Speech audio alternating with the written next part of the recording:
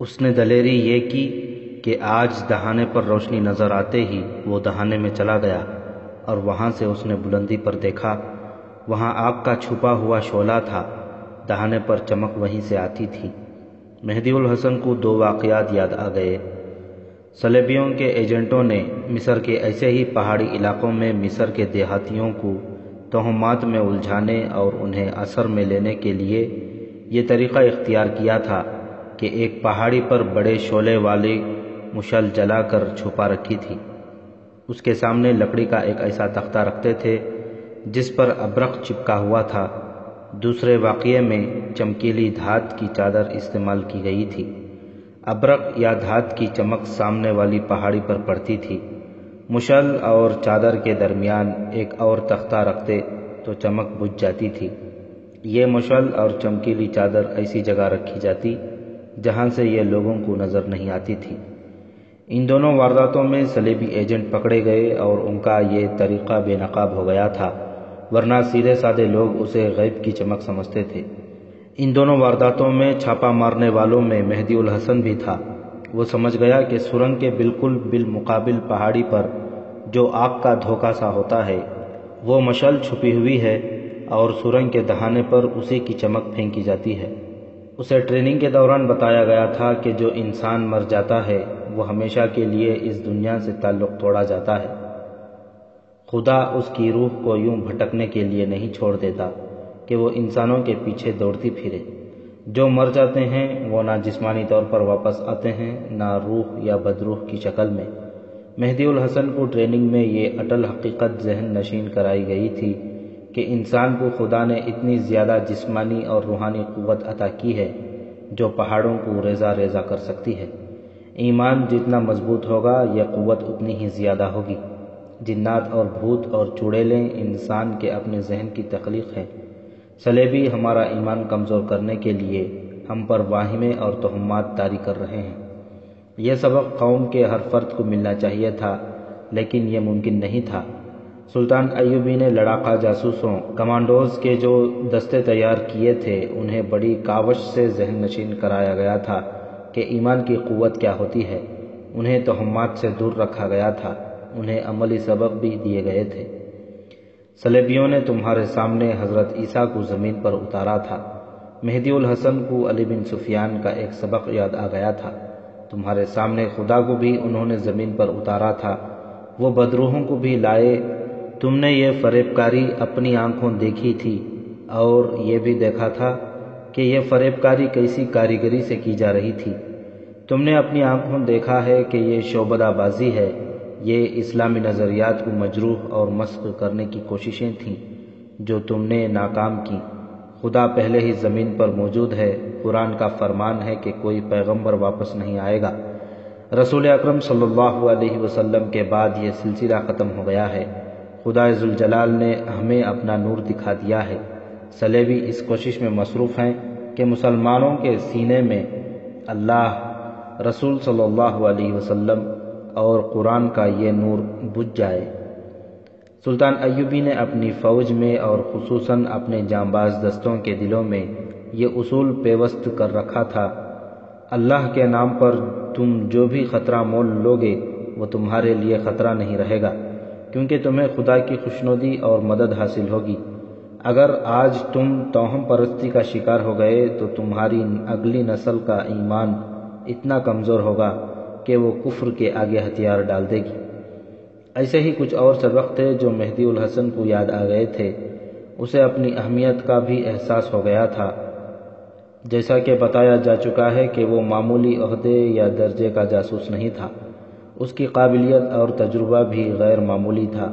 دشمن کے تخریب کار اسے قتل کر سکتے تھے، اسی علاقے میں اسے دور سے تیر مار سکتے تھے، لیکن اس کے پائے کے جاسوسوں کو دشمن زندہ پکڑنے یا اپنے جال میں پھانس کر اس پر اپنا طلسم طاری کرنے کی کوشش کرتا تھا۔ صلیبیوں اور حشیشین کے پاس ایسے طریقے تھے جن سے وہ کسی بھی انسان کے ذہن پر قبضہ کر کے اسے اپنے حق میں استعمال کر سکتے تھے۔ مہدی الحسن ان کے کام کا انسان تھا۔ یہ ضروری نہیں تھا کہ انہوں نے صرف اس کو پکڑنے کے لیے اس پہاڑی علاقے میں یہ ڈھنگ رچایا تھا۔ اس علاقے میں کسی جگہ انہوں نے اپنا اڈا بنا رکھا تھا۔ مہدی الحسن کو انہوں نے گڈریے کے روپ میں بھی پہچان لیا تھا، چنانچہ اسے پھانسنے کا یہ طریقہ کیا گیا۔ مہدی الحسن لڑکی کے ہاتھ پاؤں باندھ کر اسے کاندھے پر اٹھائے سرنگ کے دوسرے دہانے کی طرف جا رہا تھا۔ اسے سارے سبق یاد آ گئے تھے اور اس کے گرد سلطان ایوبی کی آواز گونج رہی تھی۔ جس طرح ایک غدار پوری قوم کو ذلت اور رسوائی میں ڈال سکتا ہے، اسی طرح ایک حریت پسند جانباز پوری قوم کو بڑے سے بڑے خطرے سے بچا سکتا ہے۔ مہدی الحسن کے دل میں یہ احساس ایک بڑا ہی مضبوط جذبہ بن کر بیدار ہوا کہ اس کی قوم جو گہری نیند سو رہی ہے، وہ اسی کے بھروسے پر سو رہی ہے۔ وہ جاسوسوں کی زمین دوز جنگ کا جانباز تھا۔ اسے معلوم تھا کہ قوم بہت بڑے لشکر کا اور گھوڑ سواروں کے طوفان کا اور تیروں کی بوچھاڑوں کا مقابلہ کر سکتی ہے، لیکن دشمن کے جاسوسوں اور تخریب کاروں کا مقابلہ صرف ایک یا دو جاسوس ہی کر سکتے ہیں۔ مہدی الحسن مصر اور اپنی قوم کا واحد پاسبان اور سلامتی کا ضامن بن گیا، مگر ایک سوال اسے پریشان کر رہا تھا، کیا حکیم بھی دشمن کے تخریب کاروں کے گروہ کا فرد ہے؟ اس کا ذہن تسلیم کرنے پر آمادہ نہیں تھا کہ اتنا عالم، معزز اور صاحب حیثیت طبیب، جس کی عزت حکام بالا بھی کرتے تھے، دشمن کا ساتھی ہو سکتا ہے۔ اسے یاد آیا کہ اسے جو سبق دیے گئے تھے اور اس کے اپنے جو تجربے اور مشاہدے تھے، ان سے ان پر یہ حقیقت واضح ہوئی تھی کہ ایمان فروشی کا عہدے اور رتبے کے ساتھ کوئی تعلق نہیں۔ اس نے دیکھا یہ تھا کہ ایمان کا سودا عموماً اونچے رتبے کے لوگ کرتے ہیں اور زیادہ بڑا بننے کے لالچ میں آ کر بعض انسان ایمان گروی رکھ دیتے ہیں۔ اس کے سامنے اب یہ مسئلہ تھا کہ لڑکی کو ساتھ لے کر وہ کس طرف سے باہر نکلے اور اپنے اونٹ تک پہنچے۔ لڑکی سے وہ اس لیے رہنما نہیں لینا چاہتا تھا کہ وہ اسے غلط راستے پر ڈال کر کسی اور جال میں پھانس سکتی تھی۔ وہ جس راستے سے آیا تھا اس راستے کو وہ اب مسدود سمجھتا تھا۔ روشنی پھینکنے والوں نے دہانے پر 2-3 بار روشنی پھینکی تھی، مگر لڑکی کو مہدی الحسن نے سرنگ میں دبوچ رکھا تھا۔ لڑکی کی وہ آواز بھی بند ہو گئی تھی جو مہدی الحسن کو بدروح کا تاثر دیتی تھی۔ ان حالات میں اسے یہ خطرہ نظر آ رہا تھا کہ ادھر اس گروہ کے آدمی نیچے اتر آئے ہوں گے۔ سرنگ کی دوسری طرف اسے معلوم نہیں تھا کہ کسی طرف سے باہر جانے کا راستہ ہے یا نہیں۔ وہ لڑکی کو اٹھائے سرنگ سے باہر نکل گیا۔ ایک طرف دہانے سے کچھ دور جا کر اس نے لڑکی کو زمین پر بٹھا دیا اور اس کے منہ سے پٹی کھول کر کہا، کیا تم بتاؤ گی کہ میں کس طرف سے جاؤں جدھر تمہارا کوئی آدمی نہ ہو؟ اگر اکیلے جاؤ تو بتا سکتی ہوں۔ تم میرے ساتھ چلو گی؟ مہدی الحسن نے کہا، مجھے پھانسنے کی کوشش کرو گی تو میں اپنے آپ کو زندہ نہیں رہنے دوں گا، نہ تمہیں زندہ چھوڑوں گا۔ میں تمہیں وہ راز بتا دوں جو تم جاننا چاہتے ہو تو اکیلے چلے جاؤ گے؟ میں وہ راز جان چکا ہوں، مہدی الحسن نے کہا، مجھے راستہ بتاؤ، مجھے صرف ایک بار روشنی میں دیکھ لو۔ لڑکی نے کہا، پھر مجھے اپنا سمجھنا، ایک بار میرے ساتھ چلے چلو، میں تمہیں دھوکہ نہیں دے رہی۔ لڑکی نے مہدی الحسن کی مردانگی کو بھڑکانے کے جتن کیے، زر و جواہرات کے لالچ بھی دیے، مگر اسے راستہ نہ بتایا۔ مہدی الحسن نے پٹی سے اس کا منہ بند کر دیا اور خود ہی ایک محفوظ راستہ سوچ لیا۔ یہ راستہ پہاڑیوں کے اوپر تھا۔ اس نے لڑکی کو وہیں بیٹھے رہنے دیا اور اوپر چڑھنے لگا۔ نیچے کسی کی آواز سن کر وہ وہیں دبک گیا۔ کوئی مرد اس لڑکی کو پکار رہا تھا۔ مہدی الحسن آہستہ آہستہ نیچے آ گیا اور لڑکی کے قریب ایک بڑے پتھر کے پیچھے چھپ کر بیٹھ گیا۔ اس آدمی نے لڑکی کو شاید دیکھ لیا تھا۔ تم بولتی کیوں نہیں؟ اس آدمی نے پوچھا اور اوپر آنے لگا۔ لڑکی کا منہ بند تھا۔ وہ آدمی اس کے قریب آ بیٹھا اور بولا، کیا ہوا ہے تمہیں؟ ادھر نہیں گئی؟ مہدی الحسن اس کے عقب میں تھا۔ فاصلہ 2-4 قدم تھا۔ اس نے اٹھ کر اس آدمی کی پیٹھ میں خنجر کا بھرپور وار کیا، فوراً بعد دوسرا وار کیا۔ جوان آدمی کے دونوں وار دور تک اتر گئے۔ اس آدمی کی آواز بھی نہ نکلی۔ مہدی الحسن نے اسے گھسیٹ کر اس پتھر کے نیچے پھینک دیا جس کے پیچھے وہ چھپا تھا۔ اس نے لڑکی کو کندھے پر ڈالا اور پہاڑی پر چڑھ گیا۔ یہ کوئی اونچی پہاڑی نہیں تھی، اوپر سے چوڑی تھی۔ وہ اس پر چلنے لگا۔ اس کے لیے آسان طریقہ یہ تھا کہ رات بھر کہیں چھپا رہتا اور دن کی روشنی میں نکل جاتا، لیکن اس کی کوشش یہ تھی کہ بہت جلد قاہرہ پہنچ جائے تاکہ حکیم کی گرفتاری اور اس علاقے کو محاصرے میں لینے کا انتظام صبح سے پہلے ہو جائے۔ اس نے ادھر ادھر دیکھا جہاں مشعل کی روشنی تھی۔ اب چونکہ وہ خود بلندی پر تھا، اس لیے اسے بالمقابل بلندی پر مشعل صاف نظر آ رہی تھی۔ ایک آدمی دونوں ہاتھوں میں آئینے کی طرح چمکتی چادر، دھات کی یا ابرق کی اٹھائے ادھر ادھر عکس مار رہا تھا۔ اس کے ساتھ ایک اور آدمی تھا۔ مہدی الحسن کے لیے اوپر آؤٹ تھی۔ وہ اس کی مدد سے روشنی سے بچتا آگے ہی آگے بڑھتا گیا، حتیٰ کہ مشعل اس کی نظروں سے اوجھل ہو گئی۔ اسی پہاڑی خطے میں دور اندر جہاں تک کوئی مسافر اور کوئی گڈریا نہیں پہنچ سکتا تھا، ایک پہاڑی کے دامن میں غار کا تنگ سا داہنہ تھا۔ اس کے پیچھے غار اتنا وسیع تھا جو غار نہیں بلکہ بہت ہی کشادہ کمرہ تھا۔ اس میں بہت سے آدمی بیٹھے تھے، 2 لڑکیاں بھی تھیں۔ اب تک اسے واپس آ جانا چاہیے تھا، ایک آدمی نے کہا۔ آ جائے گی، ایک اور نے کہا۔ یہاں کون سا خطرہ ہے، آج وہ اسے لے کے ہی آئے گی۔ آدمی کام کا ہے، ایک نے کہا۔ کمبخت بہت تجربے کار ہے، ہم اسے تیار کر لیں گے۔ اتنے میں ایک اور آدمی دوڑتا اندر آیا اور بولا، گوپل مرا پڑا ہے اور لڑکی کا کچھ پتہ نہیں چل رہا کہ کہاں ہے۔ گوپل کو خنجروں سے ہلاک کیا گیا ہے۔ وہ مہدی الحسن کہاں ہے؟ کسی نے پوچھا۔ کہیں نظر نہیں آ رہا، اسے جواب ملا۔ اس کا اونٹ یہیں ہے، وہ خود کہیں نظر نہیں آ رہا۔ سب باہر کو 2 مشعلیں اٹھا کر دوڑ پڑے اور سرنگ کے دہانے تک گئے۔ وہاں ان کے ساتھی کی لاش پڑی تھی۔ سرنگ میں جا کر دیکھا، لڑکی کا کفن پڑا تھا۔ اس کے لیڈر نے سب سے کہا کہ 2 آدمی باہر چلے جاؤ، اگر باہر سے کوئی خطرہ آئے تو اطلاع دو، اگر وہ نظر آئے تو اسے پکڑ لو، مقابلہ کرے تو مار ڈالو، اور باقی آدمی پھیل جاؤ، وہ یہیں کہیں ہوگا، اگر وہ صبح تک نہ ملے تو یہاں سے نکلو۔ اس وقت مہدی الحسن لڑکی کو کندھے پر اٹھائے ایک مشکل میں پھنسا ہوا تھا۔ وہ سرنگ والی پہاڑی سے دور نکل گیا تھا۔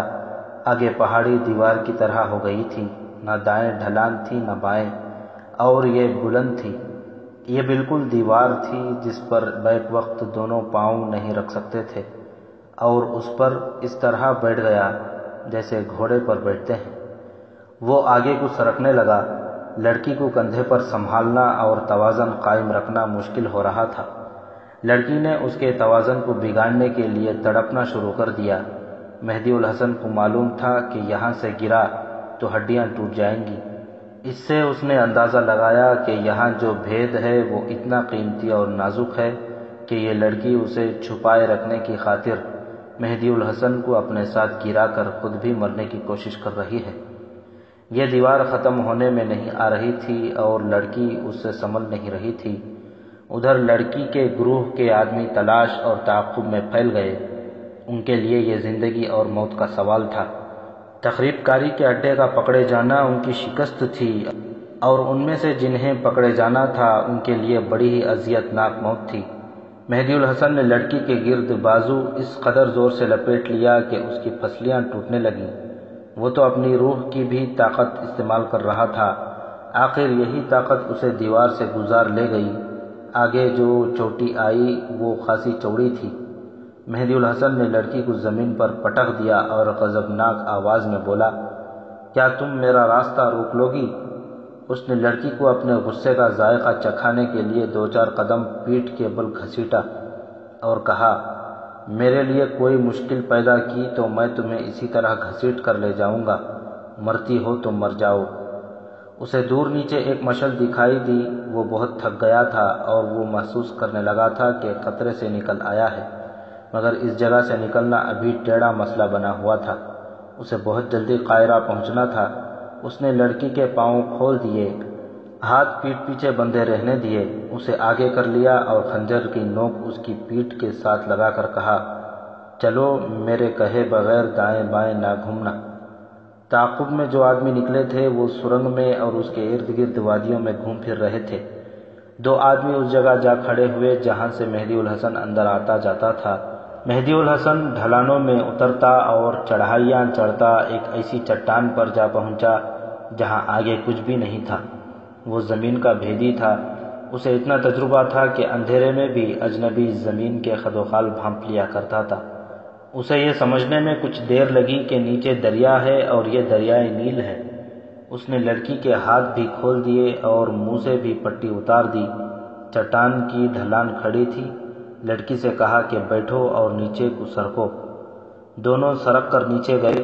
پانی کی آواز صاف سنائی دینے لگی۔ چٹان کی ڈھلان ختم ہو چکی تھی، وہ ابھی دریا کی سطح سے بلند تھے۔ اس نے لڑکی سے کہا کہ دریا میں کودو۔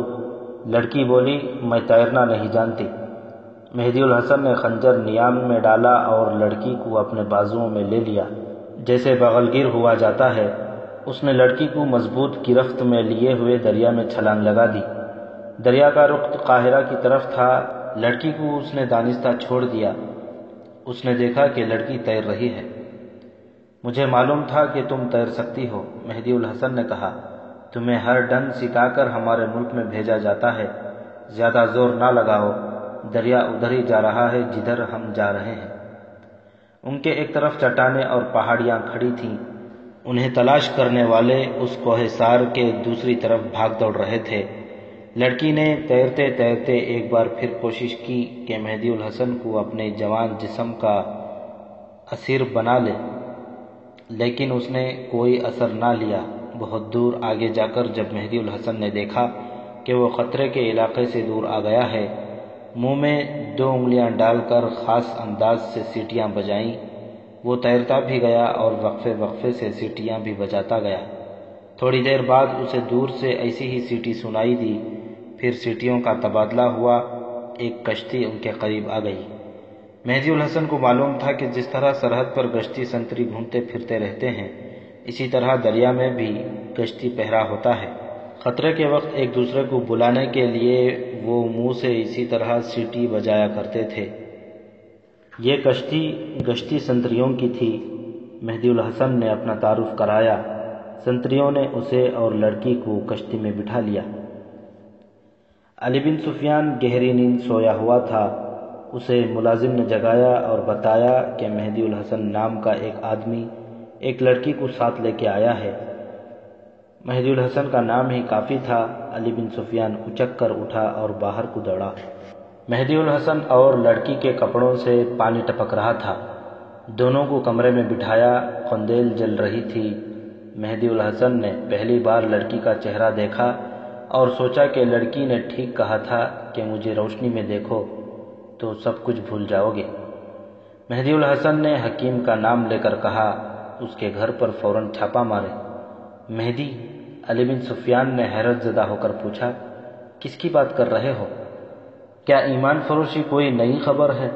مہدی الحسن نے کہا اور لڑکی سے پوچھا، حکیم تمہارا ساتھی ہے نا؟ یہاں جھوٹ بولو گی تو انجام بڑا ہی بھیانک ہوگا۔ لڑکی نے سر جھکا لیا۔ علی بن سفیان نے اس کے بھیگے ہوئے سر پر ہاتھ رکھ کر کہا، یہاں تمہارے ساتھ وہ سلوک نہیں ہوگا جو تم سوچ رہی ہو۔ تمہارے حسن اور جوانی کے لیے ہم پتھر ہیں، اور جب ہم بے بس عورت کی عزت کرنے پر آتے ہیں تو ہم ریشم کی طرح ملائم اور نرم ہیں۔ حکیم تمہارا ساتھی ہے؟ لڑکی نے اس بات میں سر ہلایا۔ مہدی الحسن نے نہایت مختصر طور پر سنایا کہ وہ کیا دیکھ کر آیا ہے اور حکیم نے اسے بدروح کا کس طرح جھانسا دیا تھا۔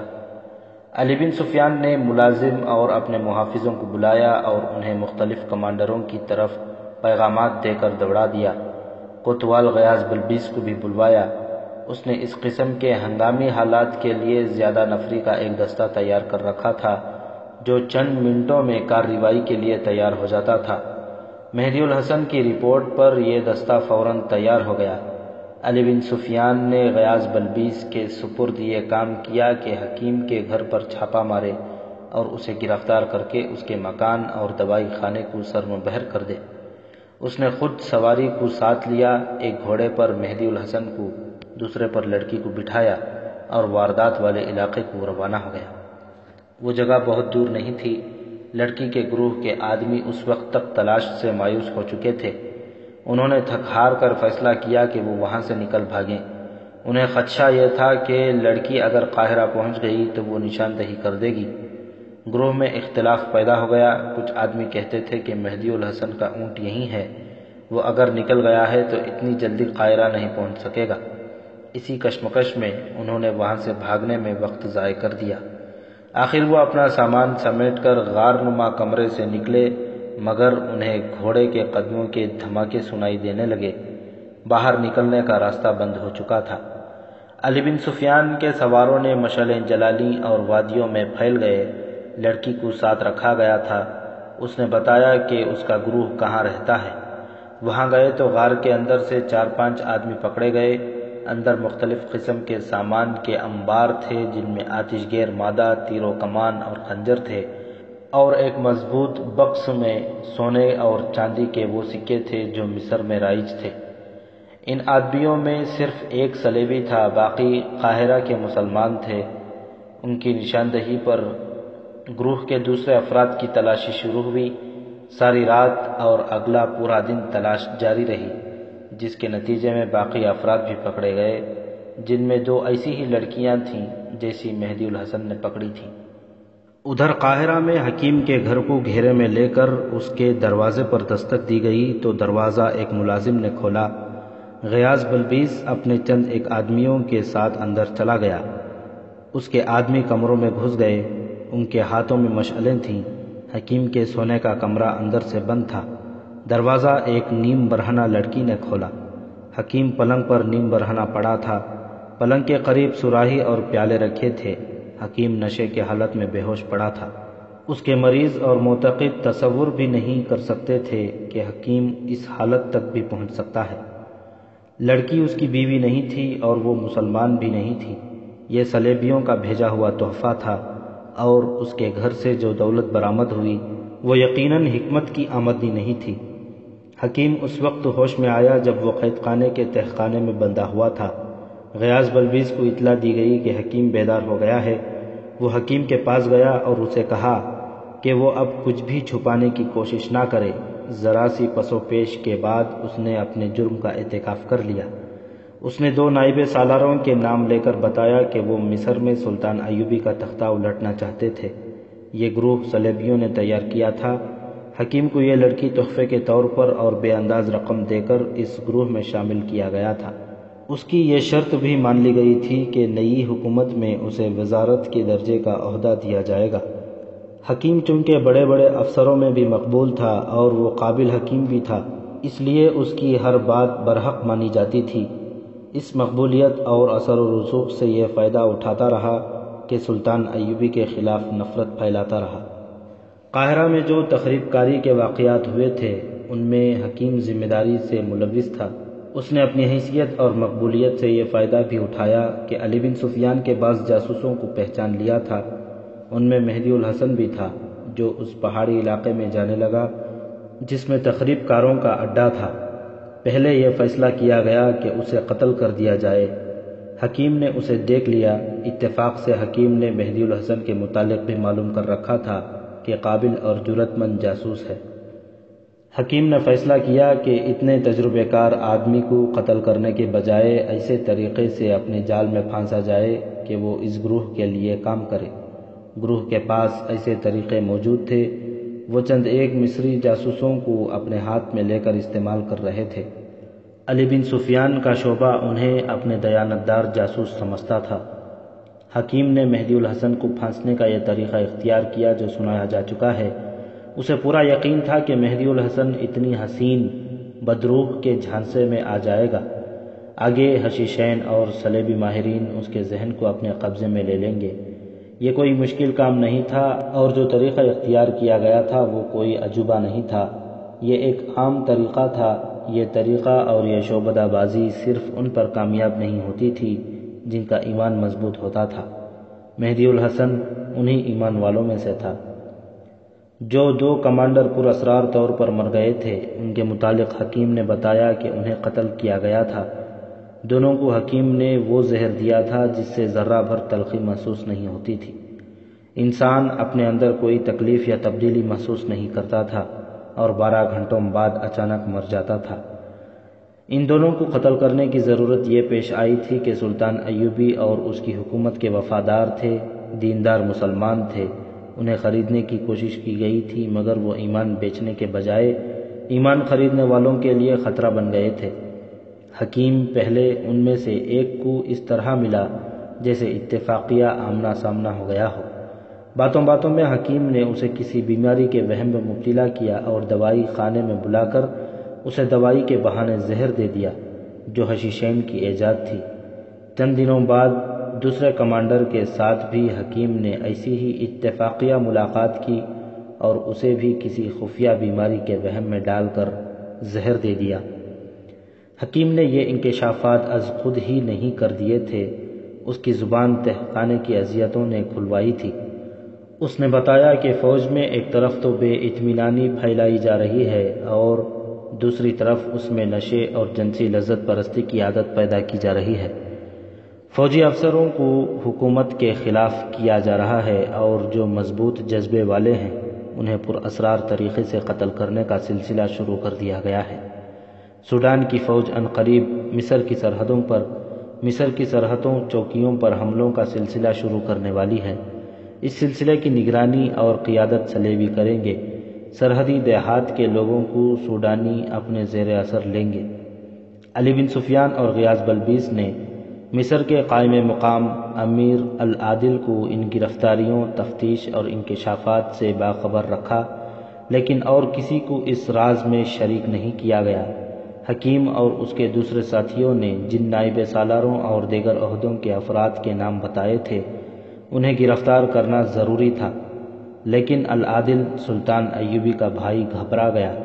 اس نے اس راز کو راز ہی رکھنے کا حکم دیا اور کہا یہ صورتحال اتنی نازک ہے کہ اسے سلطان ایوبی خود ہی آ کر سنبھالے تو زیادہ بہتر ہے۔ معاملہ بڑا ہی نازک تھا۔ اس نے یہ فیصلہ کیا کہ وہ سلطان ایوبی کے پاس خود جا کے اور اسے مصر آنے کو کہے یا اسے ہدایات لے۔ العادل کی روانگی خفیہ رکھی گئی۔ تمام مشتبہ نائب سالاروں وغیرہ کے ساتھ ایک ایک جاسوس سائے کی طرح لگا دیا۔ میں کوئی نئی خبر نہیں سن رہا۔ شام میں حلب کے قریب اپنے ہیڈ کوارٹر میں العادل سے ساری بات سن کر سلطان ایوبی نے کہا، میں کہہ نہیں سکتا کہ قوم میں ایمان فروشی کا جو مرض پیدا ہو گیا ہے اس کا کیا علاج ہوگا۔ میری نظریں بیت المقدس پر نہیں یوروپ پر لگی ہوئی ہیں، مگر میرے ایمان فروش بھائی مجھے مصر سے نہیں نکلنے دے رہے۔ تم یہ محاذ سنبھالو، میں دمشق جاتا ہوں، وہاں سے مصر جاؤں گا۔ سلطان ایوبی نے العادل کو محاذ کی تمام تر صورتحال بتائی، ہدایات دیں اور کہا کہ اپنے جاسوس اتنی دور تک گئے ہوئے ہیں کہ صلیبیوں نے اگر حملہ کیا تو ہمیں کم از کم 2-3 روز پہلے اطلاع مل جائے گی۔ چھاپہ مار جیش ہر وقت تیاری کی حالت میں رہتے ہیں۔ میں نے انہیں حملے کے ممکنہ راستوں کے ارد گرد چھپا رکھا ہے۔ تازہ اطلاعات یہ ہیں کہ صلیبی حملہ کریں گے۔ اگر میری غیر حاضری سے وہ فائدہ اٹھانے کی سوچ لیں تو گھبرانا نہیں، قلعہ بند ہو کر نہ لڑنا، دشمن کو آگے آنے دینا، پہلا وار دشمن کو کرنے دینا، بے شک پیچھے ہٹ جانا زمین موضوع ہے، بلندیوں پر قبضہ رہے گا۔ اور خاص طور پر یاد رکھو، سلطان ایوبی نے کہا، الملک الصالح سیف الدین اور جن امراء نے ہماری اطاعت قبول کی ہے، صلیبیوں کے حملے کی صورت میں ان پر اعتبار نہ کرنا۔ ان کے ذہنوں سے بادشاہی کی خواہش نکلی نہیں، معاہدے کے مطابق وہ کوئی فوج نہیں رکھ سکتے۔ میں نے ان کے اندر تک جاسوس بھیج دیے ہیں اور میں نے زندگی میں پہلی بار اپنے اصول کے خلاف یہ انتظام کر دیا ہے کہ ہمارے یہ مسلمان بھائی ذرا سی بھی مخالفانہ حرکت کریں تو انہیں قتل کر دیا جائے۔ قاضی بہاؤالدین شداد نے اپنی یادداشتوں میں ربیع الاول 572 ہجری ستمبر 1176 عیسوی کا مہینہ لکھا ہے جب سلطان صلاح الدین ایوبی العادل کو محاذ پر چھوڑ کر دمشق گیا۔ اس کا ایک اور بھائی شمس الدولہ توران شاہ یمن سے واپس آ چکا تھا۔ یمن میں بھی صلیبی اثرات پیدا ہو گئے تھے اور وہاں کے مسلمان سلطنت اسلامیہ کے خلاف باغی ہو رہے تھے۔ سلطان ایوبی نے وہاں شمس الدولہ کو بھیجا تھا جو کامیاب لوٹا تھا۔ سلطان ایوبی نے اسے دمشق کا گورنر مقرر کیا اور اکتوبر 1176 میں مصر کو روانہ ہو گیا۔ قاہرہ پہنچتے ہی اس نے تمام مشتبہ افراد کو کسی کے عہدے کا لحاظ کیے بغیر گرفتار کرنے کا حکم دے دیا۔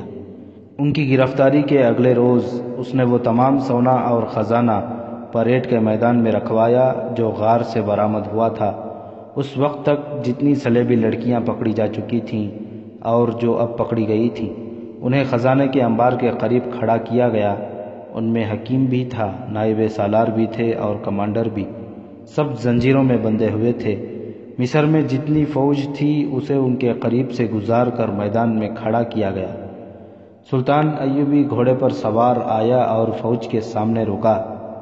مجھے بتایا گیا ہے کہ تمہیں حکومت کے خلاف اکسایا جا رہا ہے، سلطان ایوبی نے بلند اور گرجدار آواز میں کہا۔ اگر تم میں سے کوئی مجھے یہ یقین دلا دے کہ وہ اسلام کی عظمت اور رسول خدا صلی اللہ علیہ وسلم کی محبت کی خاطر تمہیں میرے خلاف اور میری حکومت کے خلاف بھڑکا رہا ہے، اور وہ قبلہ اول کو کفار سے آزاد کرانے کا عزم رکھتا ہے، اور وہ اسپین پر حملہ کر کے اس ملک کو ایک بار پھر سلطنت اسلامیہ کا عزم کیے ہوئے ہے، تو وہ سامنے آئے، میری تلوار لے لے اور میرے گھوڑے پر سوار ہو جائے، میں اس کے حق میں سلطانی سے دستبردار ہوتا ہوں۔ ہر طرف سناٹا طاری ہو گیا۔ سلطان ایوبی پیچھے کو مڑا اور ملزموں سے کہا، میری جگہ لینے والا تم میں ہے؟ وہ کون ہے؟ آگے آؤ۔ رب کعبہ کی قسم، میں سچے دل سے اپنی حکومت اس کے حوالے کر دوں گا اور خود اس کے حکم کا پابند رہوں گا۔ خاموشی، گہرا سکوت۔ اللہ کے شیروں، سلطان ایوبی فوج سے مخاطب ہوا، تمہیں بغاوت پر نہ اسلام کی عظمت کے لیے اکسایا جا رہا ہے، نہ رسول صلی اللہ علیہ وسلم کے نام مقدس کی خاطر۔ تمہیں جو خزانہ دکھایا گیا ہے اور جو لڑکیاں تمہارے سامنے کھڑی ہیں، یہ وہ انعام ہے جو ان لوگوں کو دیا گیا ہے، یہ ان کے ایمان کی قیمت ہے۔ میں ان سب سے کہتا ہوں کہ آگے آئیں اور کہیں کہ میں نے جو کہا ہے یہ جھوٹ ہے۔ کوئی آگے نہ آیا۔ سلطان ایوبی گھوڑے سے اترا، اسے اپنے گھوڑے کے قریب لے جا کر کہا، میرے گھوڑے پر سوار ہو جاؤ اور کہو کہ ایوبی جھوٹ بول رہا ہے۔ حکیم گھوڑے پر سوار ہو گیا مگر اس نے سر جھکا لیا۔ کہو سلطان جھوٹ بول رہا ہے، سلطان نے غضبناک آواز میں کہا۔ حکیم نے سر اٹھایا اور بلند آواز سے کہا، سلطان ایوبی نے جو کہا ہے سچ کہا ہے، اور وہ گھوڑے سے کود آیا۔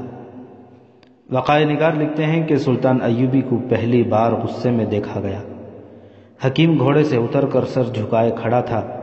سلطان ایوبی نے تلوار نکالی اور ایک ہی وار میں حکیم کا سر تن سے جدا کر دیا۔ وہ اپنے گھوڑے پر سوار ہوا اور بڑی ہی بلند آواز سے چلایا، اللہ کے سپاہیوں، عظمت اسلام کے پاسبانوں، اگر میں نے بے انصافی کی ہے تو یہ لو، میری تلوار ہے، میری گردن اڑا دو۔ اس نے اپنی تلوار برچھی کی طرح فوج کی طرف پھینکی۔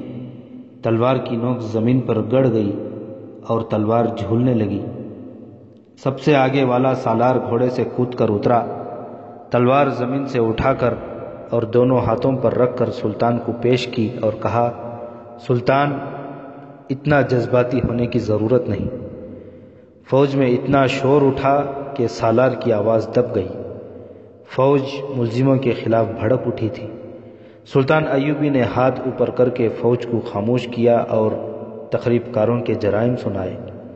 اسی روز سلطان ایوبی نے سوڈان کو اپنا ایلچی اس تحریری پیغام کے ساتھ روانہ کر دیا کہ اگر سوڈان کی فوج نے مصر کی سرحد پر ذرا سی بھی بدامنی پیدا کی تو اسے مصر پر حملے کا تصور کیا جائے گا، اور اس کے جواب میں ہم سوڈان پر حملہ کرنے میں حق بجانب اور آزاد ہوں گے، اور ہم سوڈان پر اسلامی پرچم لہرا کر دم لیں گے۔